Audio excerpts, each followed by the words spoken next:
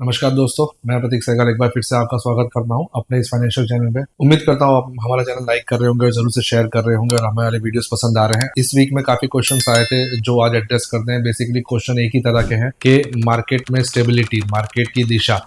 देखिए, ये जब भी मार्केट कमजोर होता है, जब भी मार्केट में करेक्शन आता है या मार्केट सुस्त रहता है, जब चलता नहीं है, मार्केट में रिटर्न जनरेट नहीं होते हैं, तो ये सवाल जरूर से आता है। ये आज नहीं, आज 2008 से हमारी जर्नी है, हम तब से ये देख रहे हैं।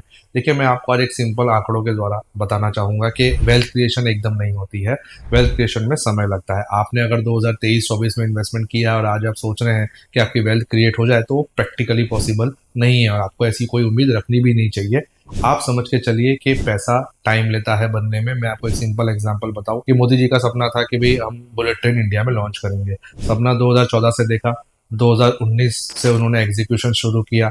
एग्जीक्यूशन में आप समझिए कितनी स्टेज होंगी। हम एक एज्यूम लेते हैं कि आज उन्होंने ये जगह सोची कि हम ये करेंगे, पहले कहाँ करेंगे, फिजिबिलिटी देखी, कौन पैसा लगाएगा, कितना पैसा लगेगा, किसके साथ टाई अप करना है, फिर जहां से जहां वो चलेगी उसका रूट पूरा नक्की किया गया होगा, उसका सॉइल टेस्ट हुआ होगा, फिर सॉइल टेस्ट के साथ साथ उसकी फिजिबिलिटी देखी गई होगी, लैंड एक्विजिशन हुए होंगे, उसके बाद कहीं जाके टीम बनी होगी, टीम की ट्रेनिंग हुई होगी और फिर जाके कहीं पे वो जमीन पे बनना शुरू हुआ होगा। और अब बनते बनते भी आज इतना समय हो गया है, अभी भी लगता है 1-2 साल और लगेंगे, यानी लगभग लगभग 10-12 साल से ज़्यादा समय लग गया है जब तक बुलेट ट्रेन फर्स्ट टाइम चालू होगी।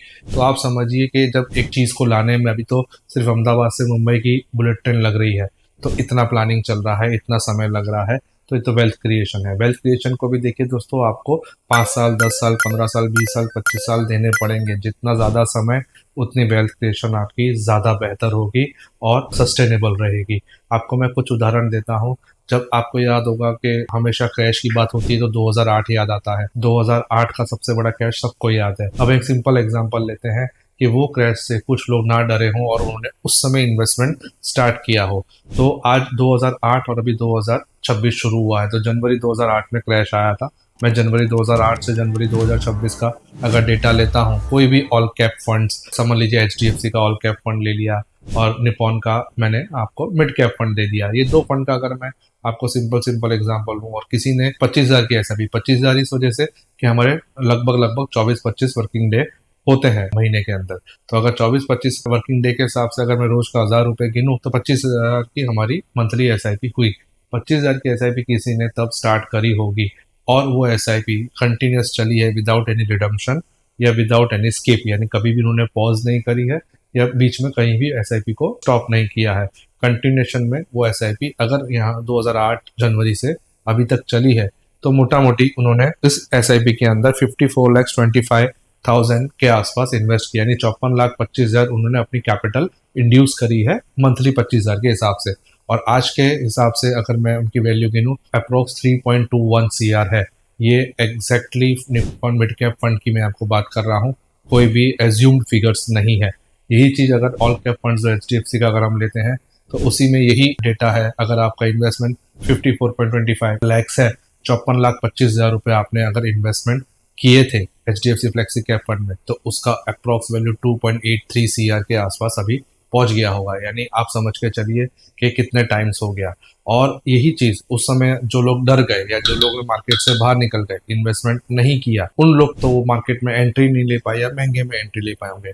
इसीलिए आपको कोई भी क्रैश हो या कोई भी करेक्शन हो, मार्केट के अंदर कोई भी अनिश्चितता हो, आपको एक ही चीज ध्यान में रखनी है कि आपका गोल क्या था, आपने कब इन्वेस्टमेंट करना था और कब आपको उसकी जरूरत है।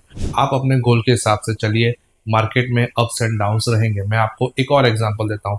2008 में आप मिस कर गए, 2011 में आपने वही SIP को स्टार्ट किया, आपका ऑलमोस्ट 180 मंथ्स का इन्वेस्टमेंट हुआ, उसके अंदर आपने लगभग लगभग 45 लाख रुपए इन्वेस्ट किया, यानी 45 लाख रुपए आपके ये 180 मंथ्स के दौरान इन्वेस्ट हुए 25,000 मंथली के हिसाब से। अगर आप वही चीज ऑल कैप्स में इन्वेस्टमेंट किए हैं, तो आपका जो मेच्योरिटी है वो अब लगभग लगभग 1.75 CR बना है। और वही चीज अगर आपके पास मिड कैप में है, तो वो आपका 2 CR के आसपास बना है।